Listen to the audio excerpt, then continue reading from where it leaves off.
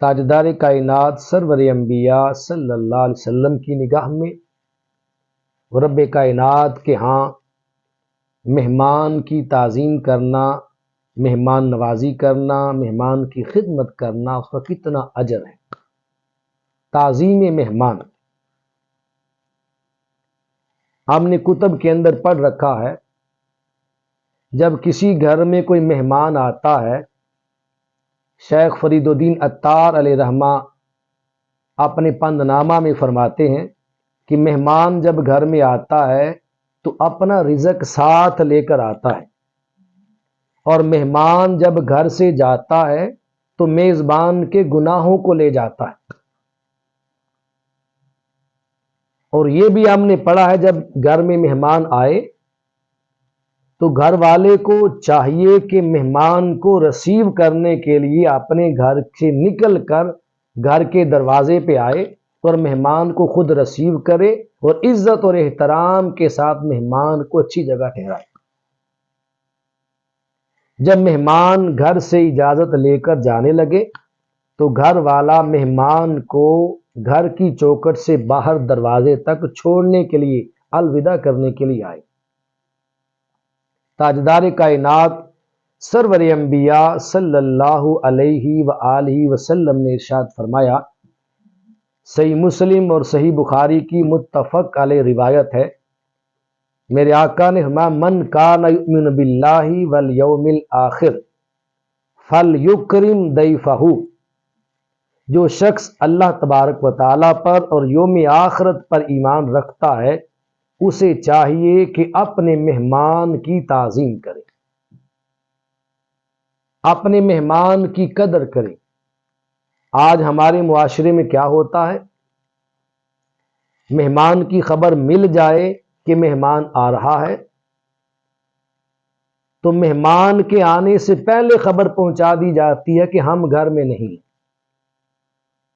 ہم کہیں جا رہے ہیں، کسی اور دن آنا۔ مہمان کی تعظیم اور مہمان کی خدمت سے راہ فرار حاصل کی جاتی ہے۔ حالانکہ مہمان کی خدمت کرنا اور مہمان نوازی کرنا یہ شیوہ انبیاء ہے، یہ سنت انبیاء ہے، یہ سنت اولیاء اور صلحاء ہے۔ تاجدار کائنات سرور انبیاء صلی اللہ علیہ وسلم اپنے زمانہ مقدسہ میں بہت مہمان نواز تھے۔ دور دراز سے وفود آتے تھے تاجدار کائنات کی بارگاہ میں ملاقات کے لیے مسجد نبوی میں، اور کھانے وہاں تناول کیے جاتے تھے۔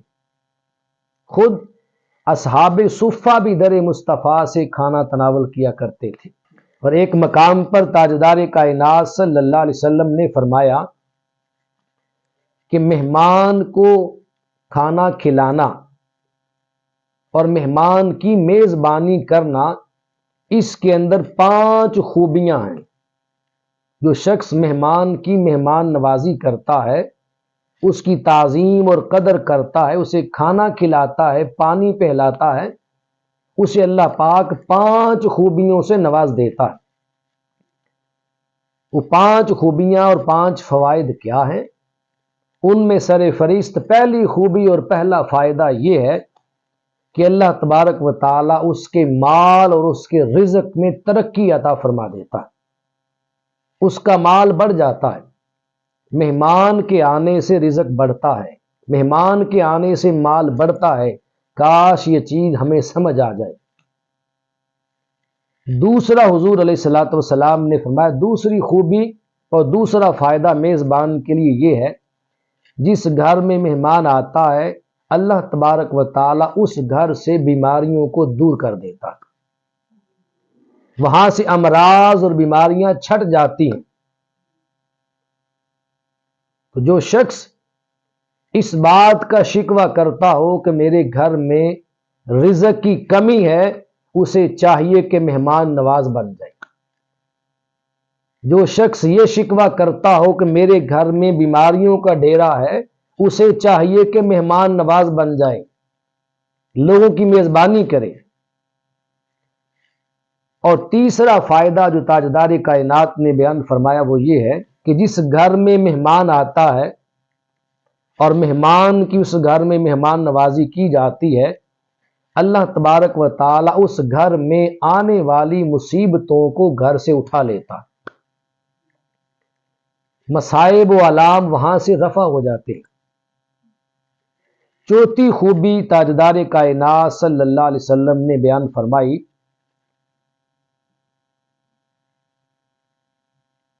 کہ قیامت کے دن میزبان جب اپنی قبر سے اٹھایا جائے گا تو میزبان کی قبر نور سے منور ہوگی، روشن ہوگی۔ یہ اعزاز بھی اس کے کھاتے میں جائے گا، اس کے حصے میں جائے گا، اس کے نصیب میں آئے گا جو مہمان نوازی کرتا ہے۔ اور ایک اور مقام پر تاجدار کائنات سرور انبیاء صلی اللہ علیہ وآلہ وسلم نے فرمایا کہ جو شخص مہمان کی مہمان نوازی کرتا ہے، قیامت کے دن حضور علیہ الصلوۃ والسلام اس کی شفاعت فرمائیں گے۔ اللہ تبارک و تعالی ہمیں اپنے آقا صلی اللہ علیہ وآلہ وسلم کی بتائی ہوئی تمام باتوں پر صحیح معنوں میں عمل پیرا ہونے کی، انہیں اپنی زندگیوں میں نافذ کرنے کی، اور حضور علیہ السلام کے فرامین کو امت مصطفیٰ میں پھیلانے کی، ان تک پہنچانے کی رب کائنات ہم سب کو توفیق اور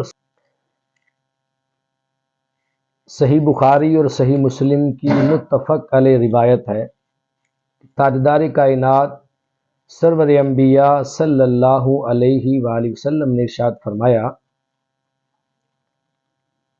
کہ کسی مسلمان کے لیے اپنے کسی بھائی کے پاس مہمان بن کر اتنی دیر ٹھہرنا جائز نہیں ہے جس سے وہ اپنے میزبان بھائی کو گناہگار بنا دے۔ صحابہ نے عرض کی یا رسول اللہ، کوئی مہمان بھلا اپنے میزبان کو گناہگار کیسے بنا سکتا ہے؟ تو میرے آقا صلی اللہ علیہ وسلم نے فرمایا کہ وہ میزبان کے پاس اتنی دیر ٹھہرے کہ میزبان کے پاس گھر میں اس کی میزبانی کرنے کے لیے کچھ نہ ہو۔